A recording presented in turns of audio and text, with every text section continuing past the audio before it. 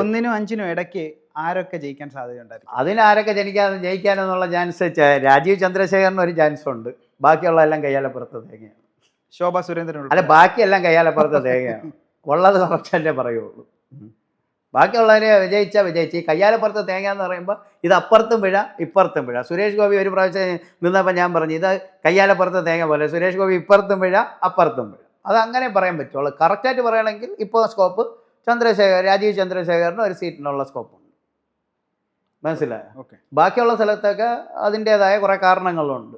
പല കാരണങ്ങൾ എനിക്ക് അറിയാൻ പറ്റും, പക്ഷെ അതൊന്നും എനിക്ക് മാധ്യമത്തിലൂടെയോ അങ്ങനെ വെളിപ്പെടുത്താൻ പറ്റില്ല. അതായത് മഹാദേവൻ സകല ജീവജാലങ്ങളെയും തുല്യനായി കണ്ടാണ് പോകുന്നത്. അപ്പോൾ എല്ലാവരും നമുക്ക് തുല്യരാണ്. ജാതി മത ഭേദമന്യേ എല്ലാവരെയും നമ്മൾ അങ്ങനെയാണ് കണ്ടുപോകുന്നത്.